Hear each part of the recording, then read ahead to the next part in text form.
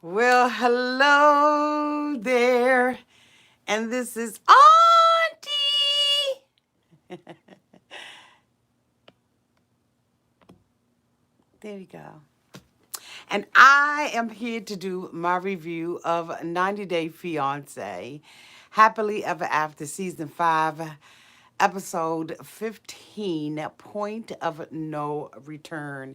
If this is your first time being here, please like, comment, and subscribe to my channel. And to all of my new subscribers, thank you all so much for joining the family. And to all of my nieces and nephews who have been here with your auntie for the long haul, thank you all so much for your continued support. If I had to rate a Sunday's episode or season finale of 90 Day Fiance, I probably would rate it a C. Why I thought that, they had, some little cute cliffhangers. I still wanted them to close some of the stories up, and I thought that it was just stupid. But so I gave them a C for this episode. Please put down in the comment section what you would have rated this episode. And I really do believe that I'm being generous with the C that I am giving this episode. So I'm going to start with the first couple, which is Paul and Carini. We got no closure. I mean, we absolutely saw nothing about this couple. The only thing that we saw them do a couple of episodes ago was go to Brazil, but we really got no closure about it whatsoever. And I thought that they should have wrapped up every couple, and they did not. And so for me, I thought that that was an epic fail. The second couple that I want to talk about is Tonya and Sinjin. We've seen Tonya, Sinjin and Tonya with his two best friends last week, and they talked about her wanting to be controlled and seeing all these red flags, but yet and still stayed in the relationship with Sinjin. And so, of course, it is now time for them to go back to America. And Sinjin is with his family, and they are all talking about the relationship. And what is that? Okay.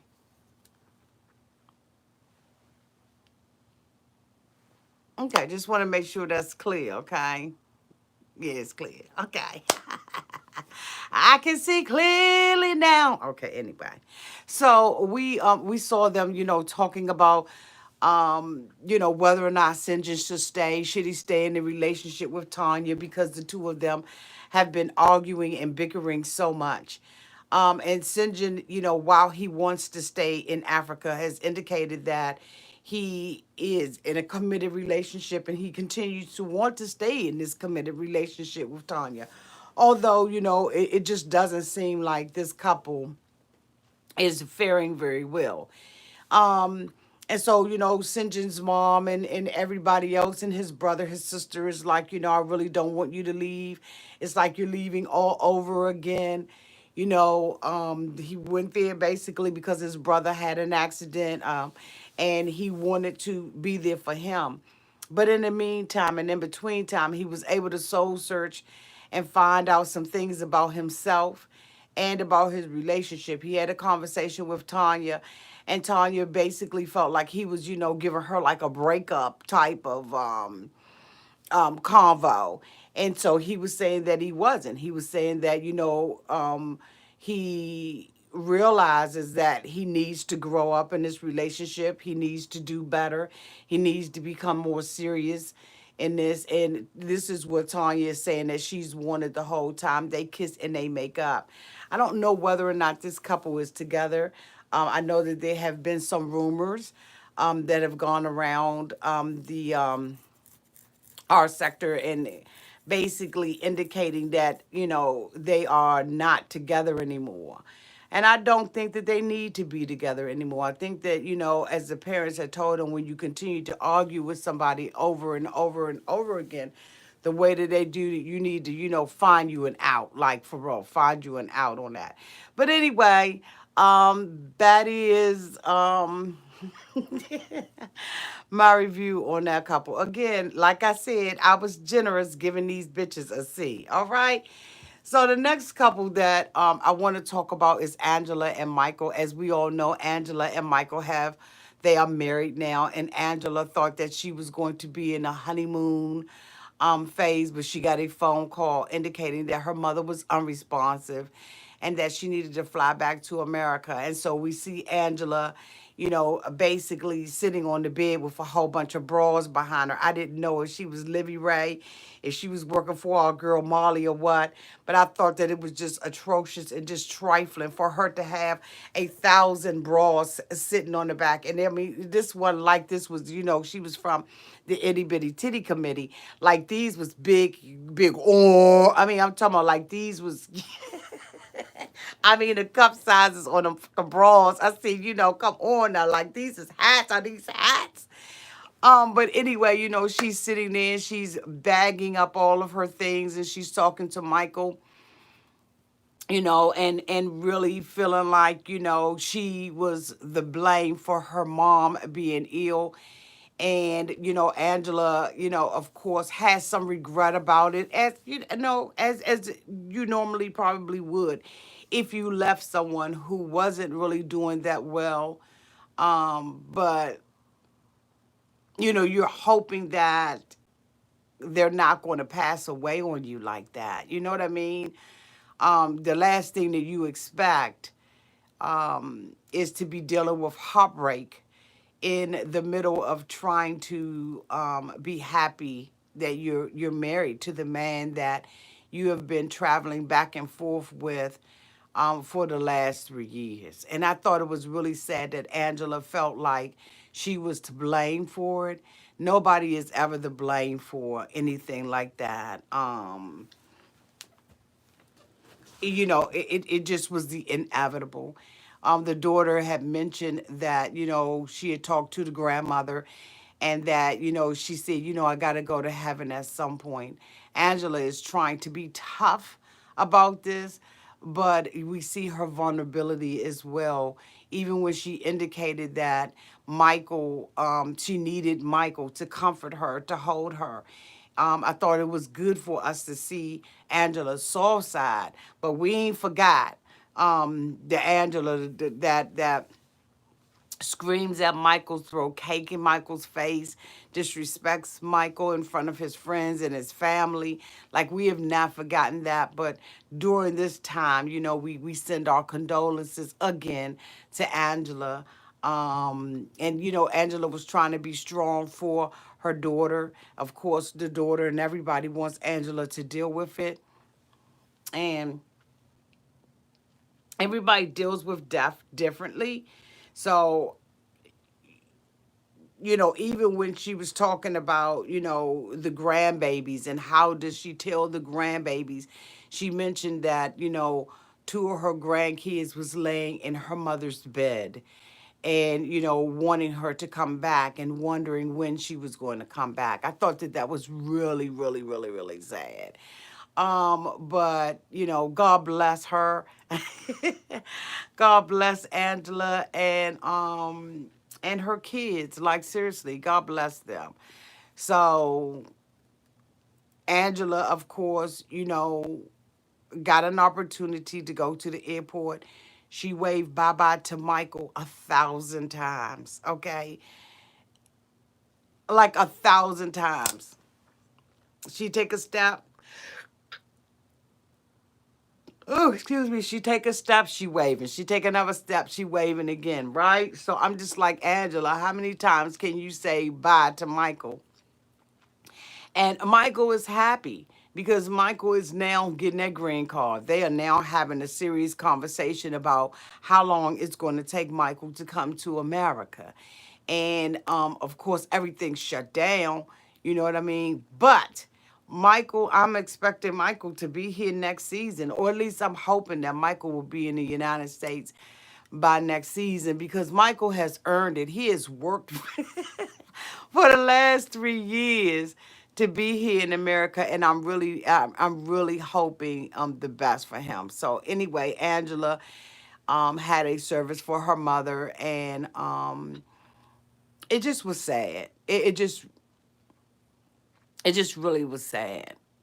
And so again, my condolences to her and to her family during this time period. So we're gonna move on to the next couple. The next couple that I want to talk about is Elizabeth and Andre. They started this episode off, bitch, where they left off, with Andre basically, Chuck Charles got the microphone, and he is basically telling Andre off and telling him, you ain't gonna keep using my father, and wondering why the father that did this and paid for this wedding. Meantime, he dancing drunker than a skunker, okay? Topsy and turvy, twisty, weeble wobble, and he didn't fall down. He is, enjoying it, but yet and still he's bitter about it. So after this confrontation with the microphone and him yanking it out of his dad's hand and going, off on Andre, Andre told Elizabeth, I'm gonna fuck your brother up, okay? So Elizabeth basically, walks out of, Andre comes down and he takes Charles outside. And Charles is still drunk. And he says, so you going to fight me in Moldova? So Andre jerked him up like in his throat, right? And was like, I promised my wife that I wouldn't be bad. Now, we might not be friends now. And we ain't never really going to be friends. But tonight is not the night that we're going to rumble in this jungle. Do you understand? Charles is saying, but you playing my father. You playing my father. You trying to act like you rich. You trying to act like you this, that, and the other. Nickname Petty Rag and give a dog a bone. But for Andre, Andre is one of those type of men. He didn't want to knock a drunk man out. See, that's too easy for somebody like Andre. Andre want him to be sober so that he can prove that he can whoop his ass. You understand what I'm saying? Andre said, as long as you drunk like this, I ain't gonna whack you. Now, if I was drunk and you was drunk, then we on equal playing fields, and we can go ahead on and get down and see which alcoholic or which drunk, can knock the other one out. But Andre was smart about it. Andre said, I ain't gonna sucker punch you while you drunk like that. I'm gonna wait until we get back to America, bitch, to see whether or not you got all of that bark, okay? And if you got some bite behind it. Andre, I thought, played it very, very smart. He said, this is my wedding. He indicated that the wedding cost them $30,000. Now, I don't know what the exchange rate is in Moldova, but bitch, I can tell you right now, that was an expensive wedding, and $30,000 it did not cost, okay? Now, you get a wedding here in the United States for $30,000, it's going to look one way, but bitch, that Moldova wedding, that had to be every bit of $30,000, $40,000, $50,000. All right, that they was laid out with the dancers. They had open bar. They had all kinds of food, entertainment. They had fireworks. They had all kinds of stuff going on at that wedding. There's no way in the world. I can understand why Charles felt that way. But Andre had a conversation with Chuck. And, he brought Chuck outside and was like, Chuck, let me holler at you. And so Andre, in his way, apologized to Chuck. Chuck says, I'm a family man. You've been knowing me 2-3 years. And I'm a family man. And thank you so much for the super chat. And I would do anything for my family, right? But I just need you to respect me, and I need you to recognize that I paid for this wedding, and I need a good ass thank you from you. You understand what I'm saying? So he was like, okay, I'm going to give you that good thank you, and I'm going to top that off with an apology. I have been rude. I have been disrespectful to you. I have turned this... turned this Moldova trip into a trip from hell, okay, in the very beginning. I disrespected you all in front of my family and my friends.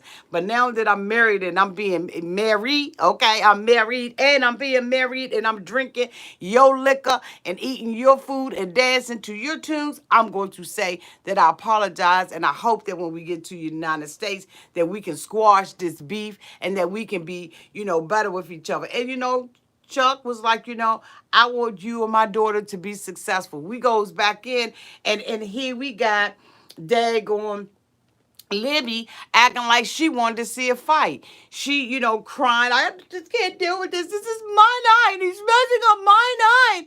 This is my day. This is my day. Fuck daddy's money. You know what I'm saying? Because she didn't already spent all the money and everything. She didn't already got what she got. She didn't have several outfit changes and some more stuff. So at this point, she really, she done got everything she wanted out the deal, but she still wanted her brother ass whooped. And so, Andre was like, I apologize to your dad. I made everything right, okay? I made it nice. And so we're going to see what happens between them. But at the end of the day, I think that Chuck was owed that apology from Andre, and I'm glad that Andre did it. Whether or not, I don't know what his motive and his reasons were behind doing that, but, he did what he did until he didn't do what he didn't do, right? So let me take my glasses off.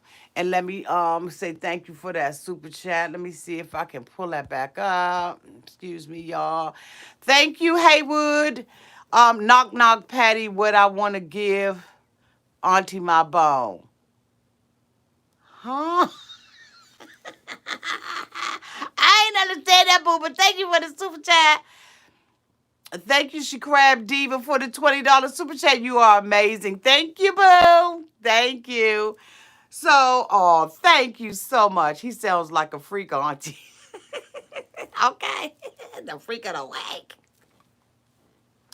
So anyway, let's just see what happens with them when we come back to the tell-all and everything. I don't think it's going to be, that interesting as it relates to this particular couple, because we know that Elizabeth is an actress, and I'm thinking that the family is also following suit. Um, it is what it is, right? It is what it is. Again, this episode got to see. Yeah, I'm gonna say it again. This episode, this finale, gotta see. I'm sure hoping that the tell all. Thank you so much for the membership. Welcome to the family. Thank you. Who is that? Thank you, Vanessa. Welcome. Thank you. Love you too, Haywood. Say love you, baby. Oh, it's Haywood. Cutting up out here. So anyway, the next couple that I want to talk about. Let's see, Larissa and Eric. Eric has taken care of Larissa. Larissa is Kylie Jenner.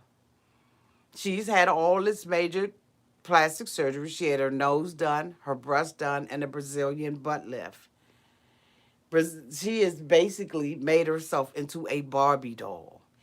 Larissa is now in pain and she is going home from the hospital, and Eric is having to take care of her. Eric indicates that he ain't never seen her in pain like this. Like, I just was like, is he on a short yellow bus? Is he licking windows? She had surgery, bitch.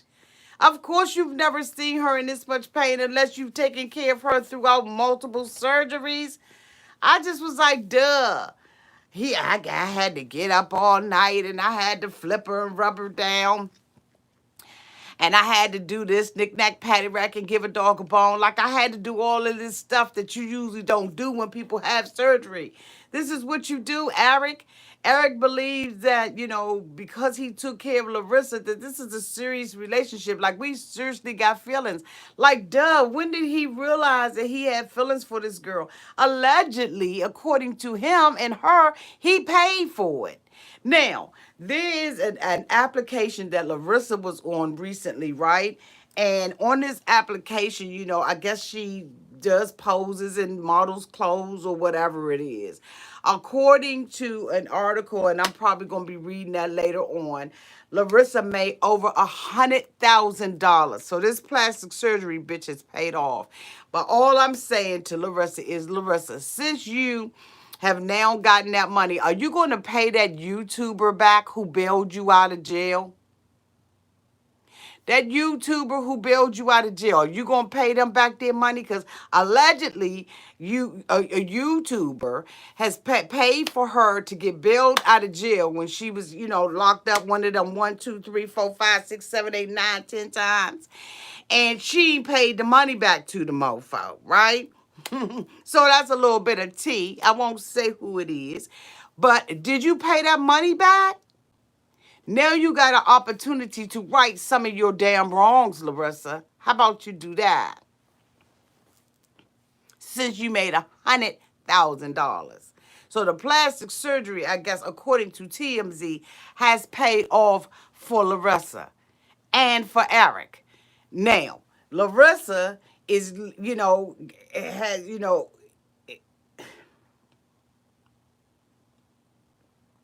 Larissa allegedly, okay, Larissa allegedly is sleeping in the same room with Eric, yet a separate room. They in the same room with two beds. She's now moved out of the guest room. Hold on 1 second, y'all. She needs to go see her damn kids that she abandoned in Brazil. Okay, Haywood. Thank you for the $4.99 super chat. Hey, Yasmin Co. Hey, Auntie, my fiance Kevin wanted you to give him a shout out. Also, you are looking lovely as always. Thank you, Yasmin and Kevin. Hi, Kevin. Hi, fiance. How are you doing, beloved? Thank you so much for being here with Yasmin. Okay, did your shout out, boo. So Larissa comes out with her body, right? And her friend Karma and Hannah come over to the house to see it. They touching on her breasts, and they like, wow, those are really big. And, wow, Larissa, you really look fantastic. And to me, she just looked like some trash, okay? She had this the 30 by 30 weave in her hair, okay? And she had big breasts and she had on the small bikini. Like, when have we not seen that before? So we've seen that all the time, every day. It was just nothing spectacular to me. But according to Eric, this is causing Larissa to feel better about herself. He says that they're having sex, but not enough sex for him. And I'm saying, well, if you're living up in the house like Lucille Ball and Desi, okay, two separate beds, and how in the world are you going to continue to have sex? Larissa says this is working out for her because she can just, go over to her side when they have an argument. I'm like, this is the weirdest damn relationship that I've ever seen on 90 Day Fiance. Okay. To me, in my opinion, I believe that this is a business deal. This is a business deal. This isn't a real love, passionate, I got you, babe. The air that I breathe. You're the beat of my heart. You're the apple of my eye, bitch. This is to me, a financial arrangement, a business deal that the two of them have got. They've gotten together and decided that this is what it's going to be. Y'all understand what I'm saying? You may not agree with me. Let me know down in the chat what you think it is, but I absolutely think this is a business deal between the two of them because when they're together, there is no passion. Larissa's, Carmen asked Eric, Larissa, what was she going to do about the green card? She said the green card, they're still working on the green card. And she asked Eric, Eric, would you propose to her? Would you marry her? And Eric was like, I don't know. She's got family, she's got kids, she's got baggage, bitch. and I'm trying to figure out what I'm going to do. Now, as many of you all know, the two of them have moved to Colorado, and we'll be talking about that in a separate video. But I really truly believe that this is a business deal between the two of them, and if it works for them, if they like it, I love it, bitch. I mean, it is what it is. They won't be the first couple who's ever had a relationship that was a business deal, but I totally believe that that's what the hell this is. And you ain't gonna convince me no different, right? So anyway, Carmen and Eric had this really strange chemistry. Like the way that the cameras were going between the two of them, I just was like, something's really off here. I don't know if they were flirting with each other. Carmen says that, she was happy when they broke up the first time, but now they back together. She wanted to see how it worked out, and she thinks that Eric is this good guy. But there was something about the chemistry between the two of them that the cameraman was picking up or dumping on the floor, right? And so I don't know if you all saw, but I saw it, and I was like, something is weird as hell. Hannah asked the same question twice. I just was like, this is just so staged, and you could tell that they rehearsed this over and over and over and over and over again, bitch. And I just wasn't impressed. Again, I've given this episode a C. Bitch, I'm so ready to drop it down to a T. I don't know what to do. But anyway, let's see what happens, when it comes down to the tell all. Hopefully the tell all will be fire. It's a 3-part series this year. So anyway. And then they doing Happily After B90. I have not looked at but maybe one or two of those. It's just too much, right? It's too much. Okay, so the next person that I want to talk about is Colty. Colty, last week was working out, and he had one of the cameramen who has now become his friend. That's my opinion. I don't really think Colty has many friends. But okay. So, he told him that, he really he needed to back his mama up. So we all know that Debbie runs every aspect of Colty's life. So Debbie, is sitting there and they have ordered out some food and everything. I guess this is their date night. And we see Colty and his mother clipping a cat's nails with a human clipper. Now, I don't have cats because I am frankly allergic to them. But I do have 2 doggies. And bitch, I cannot take a regular human fingernail clipper and clip those dogs' nails. It would be so much. But he and his mom are holding a cat on the lap and they are clipping the cat's nails with a human clipper. Please tell me in the comments section if you can do that. I've never seen anything like that, never even thought to do anything like that.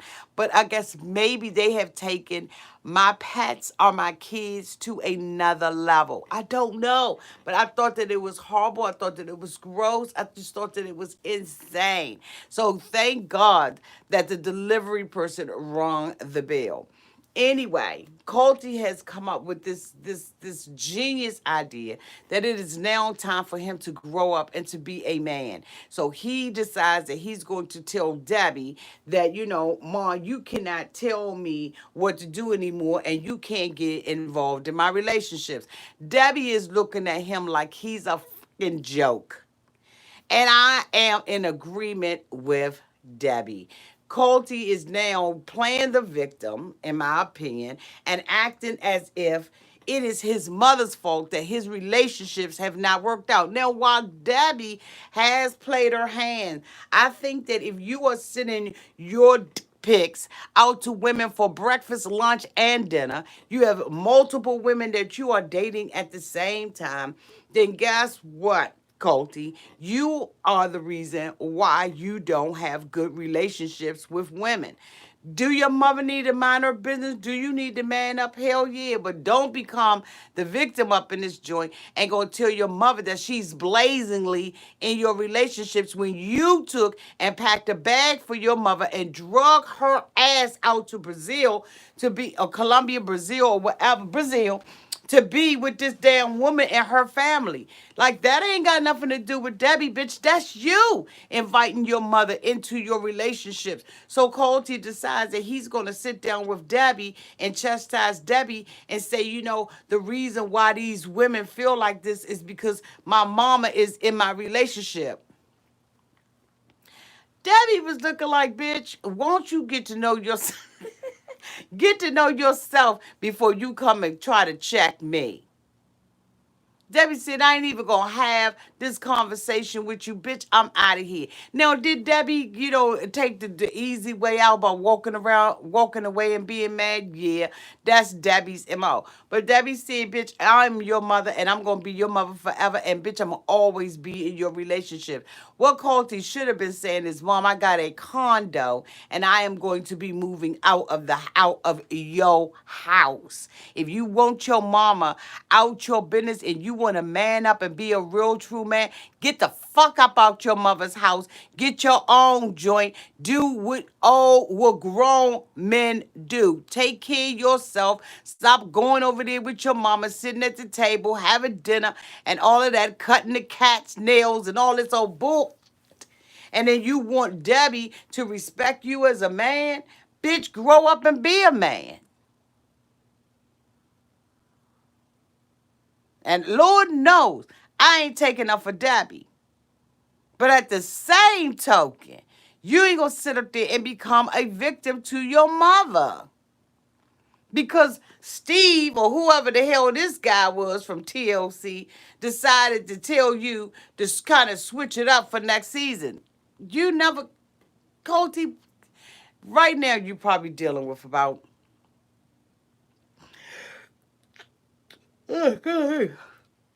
7 to 8 women.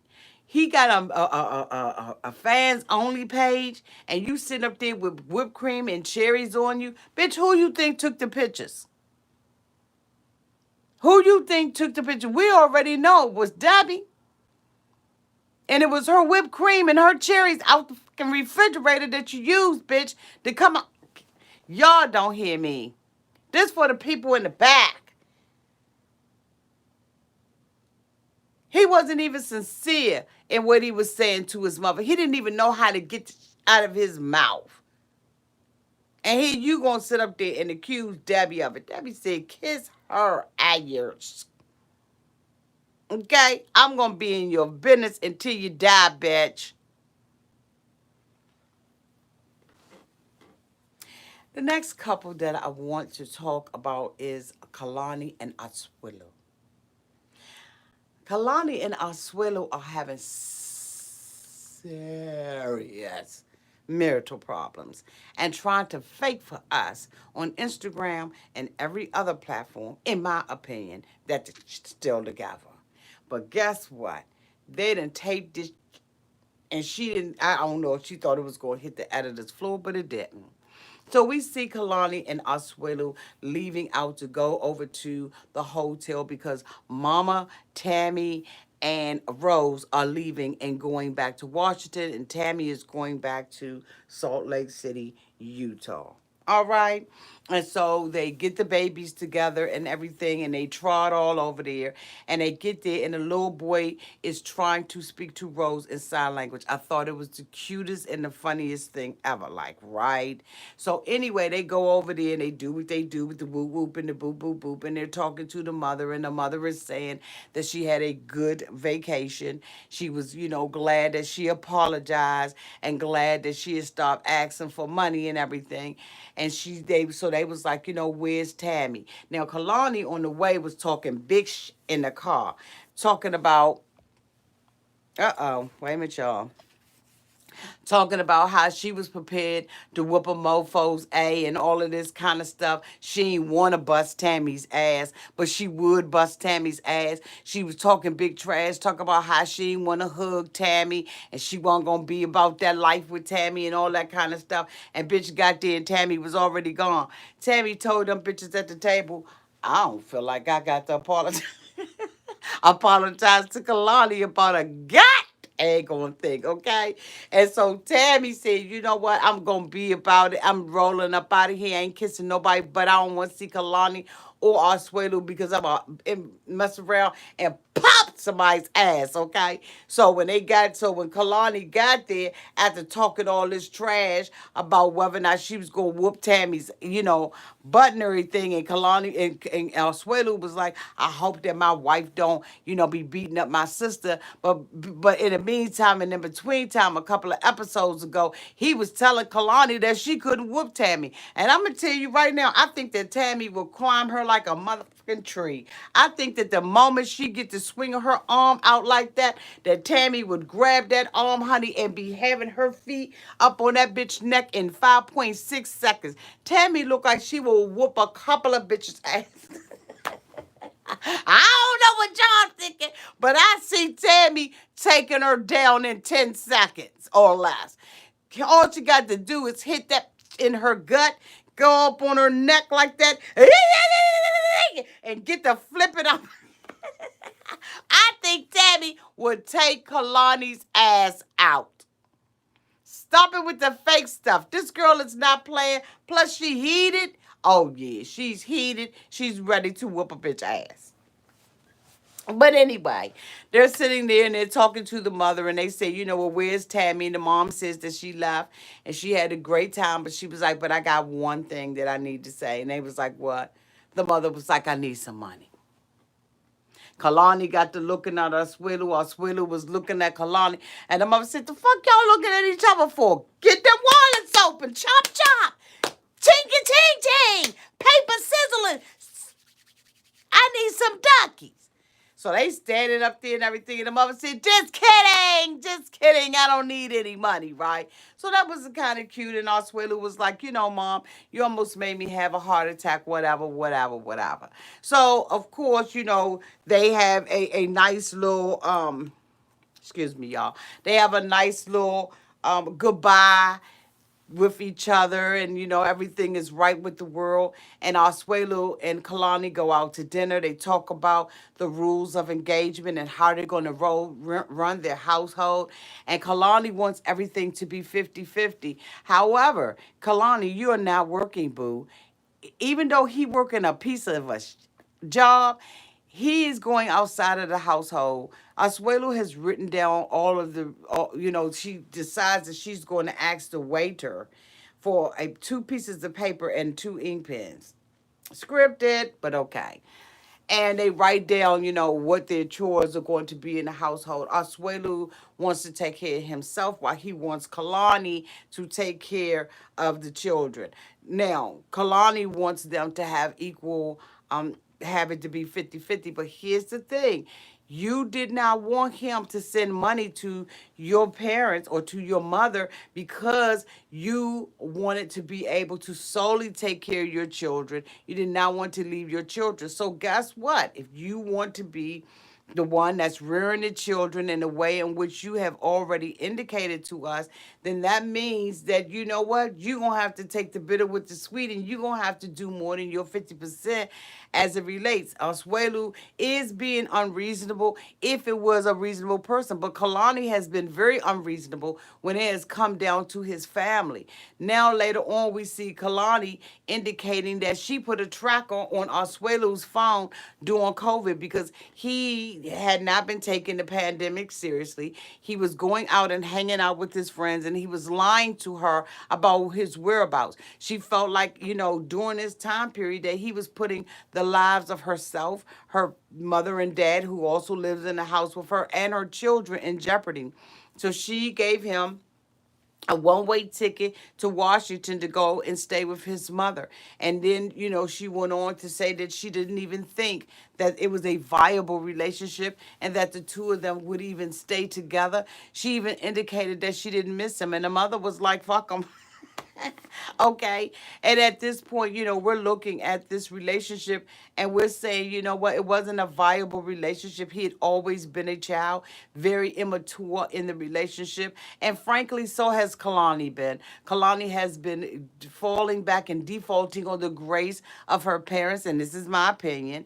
She's been falling back, on their graces, but really she's not doing anything. She's brought two children into this world with a man who she knew was going to take a while to get a green card.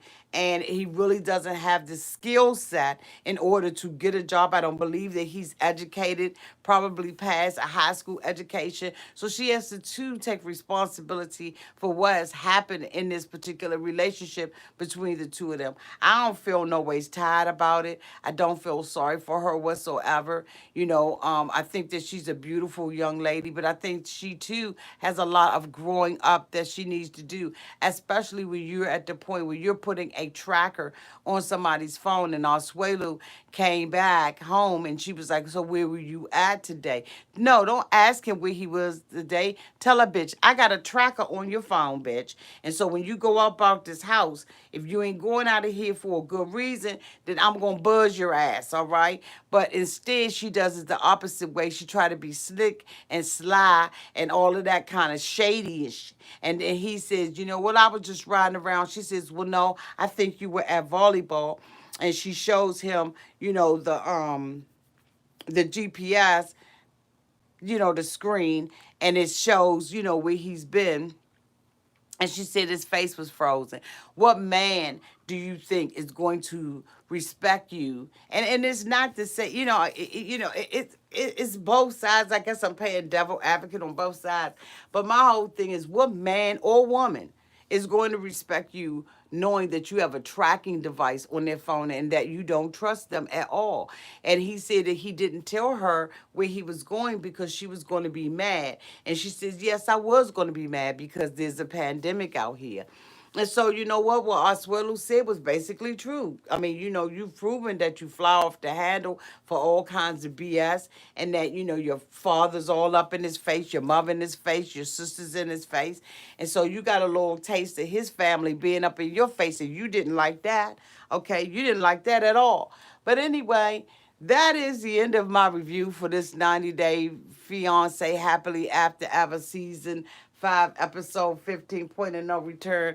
It again got a C. Please let me know and be very candid and true about what you think what rating you really thought this episode should have. I don't know if I'm 90-Day Fiance burned the out or what it is, but I just did not think that this finale gave us everything that we or that I felt like we deserved. I believe that they should have made sure that they covered all the bases before they ended this episode and let us see some stuff, some closure in some of these relationships with these particular couples. So we'll prepare ourselves for the season finale, bitch. We will. We'll prepare ourselves for it. And we'll see whether or not it's everything that it's supposed to be. I may be looking at 90-Day Fiance Happily Ever After B90 Strikes Back. Simply because I do like some of the cast members and I would be curious to see what they say. And let me know down in the comments section if any of your comments have ever been featured on Twitter. Okay, I am very curious to know if it's been featured on the show. Any of your tweets have been featured on the show. That's what I wanted to say. I love you all so much. Thank you all so much for your patience and waiting for me to do this review. I love you all to pieces. Have a great night. Thank you to everybody who has super chatted me. I love you.